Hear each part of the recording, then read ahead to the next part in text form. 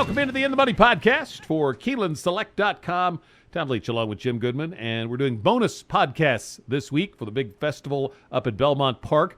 We're going to do this one for a couple of the Thursday stakes races. We're going to take a look at the Friday stakes races in a separate podcast, and then we'll, of course, do our regular Saturday In the Money podcast, focusing in on all the grade ones on the Saturday card at Belmont.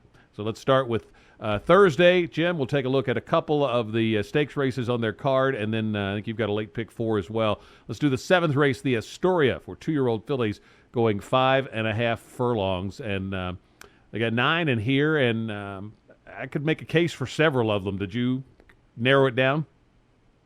Yeah, I narrowed it down to 5, I think. And I'm not sure that I've got it right there.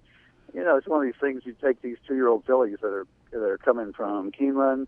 A couple of them ran at Belmont, and then one at Churchill, one at Laurel, one at Gulfstream. So how do you it's kind of like looking at a Keeneland race in the spring, those horses coming from all over.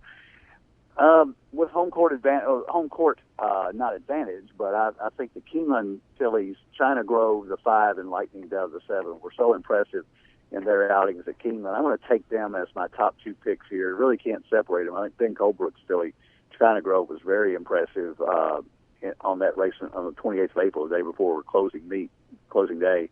And Lightning Dove, of course, is another Wesley Ward 2-year-old filly, and she just drew off, won by 3.5, 3 3/4, and ran 51 flat on the same day. I think either one of those two could take this, but I'm not going to limit my pick 4 tickets to those. I'm going to use Harlan's Thunder, the 3 who won first out for Belmont at Churchill, and Belmont never wins first out. The 2-year-old filly wins, and Giroux's riding her back, so I think she's got a real shot. I also think Golden Mischief, who should have won her debut at Churchill 1-5, had a rough trip, and she comes in as a maiden, but she should have won that race easily.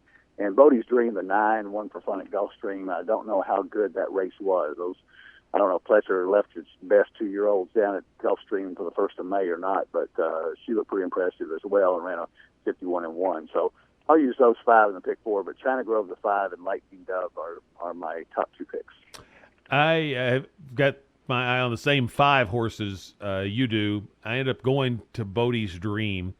I thought it was a real fast pace that she set and then was still able to draw off. The runner-up was 7 ahead of the 3rd-place finisher. But probably the main reason for me was Pletcher on these big days, especially in New York. I think he's always loaded for bear, and for that reason, I ended up going to Bodie's Dream. My first horse I wrote down was China Grove because I'm like you. She was very impressive. I know she was highly touted, and kind of the handicapping the humans angle. You know, Ben Colebrook's a young trainer, just a couple of years out on his own after working for Chris Clement. And so, you know, he's got a good one. Does he ship her up there thinking, you can get a lot of eyeballs seeing a filly and maybe get some new business if she runs very impressively. So that angle intrigues me, but I ended up going back to Bodie's Dream. The 9 would key him in exactas, or key her in exactas with all the ones you mentioned. And I would want all of those, like you, on a pick 4 ticket as well. 8th race is the Intercontinental, and it's 7 furlongs on the turf for fillies and mares 4 and up. Zendaya, really tough one in here for Chad Brown. Mississippi Delta for Mark Casse looks really good. But I ended up going for what I think might be a little bit of a price, Miss Ella. She's second off the layoff, and last summer at Saratoga, she ran in a turf sprint for the first time and ran a 95 Beyer, got beat by Lady Shipman.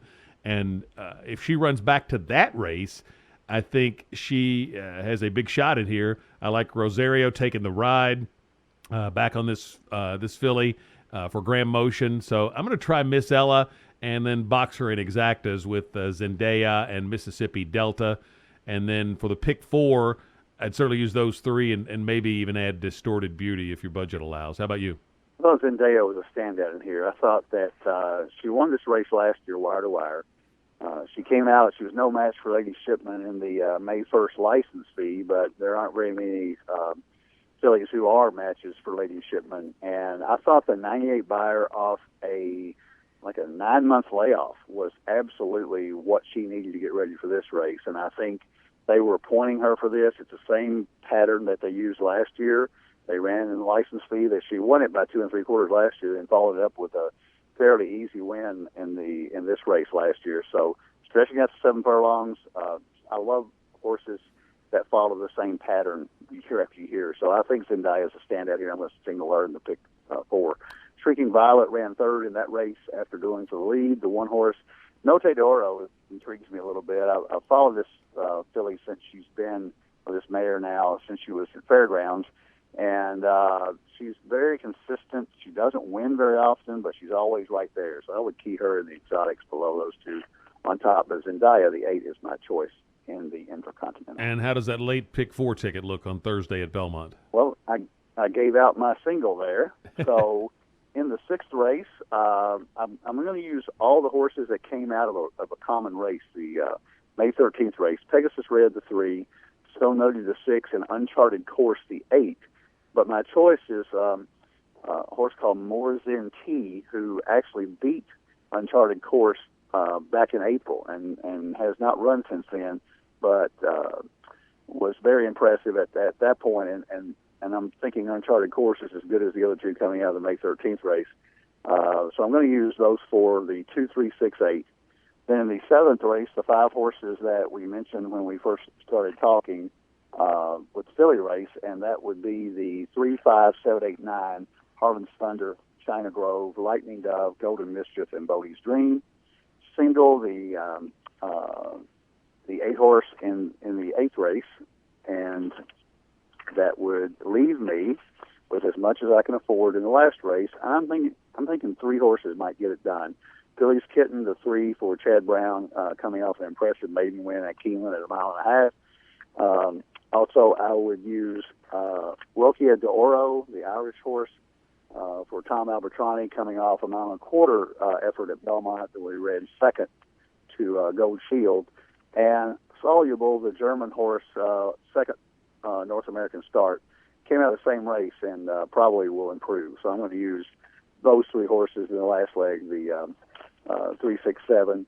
And that's a $30 ticket, 2, 3, 6, 8 with 3, 5, 7, 8, 9 with 8 with 3, 4, 7. I'm sorry, 3, 6, 7.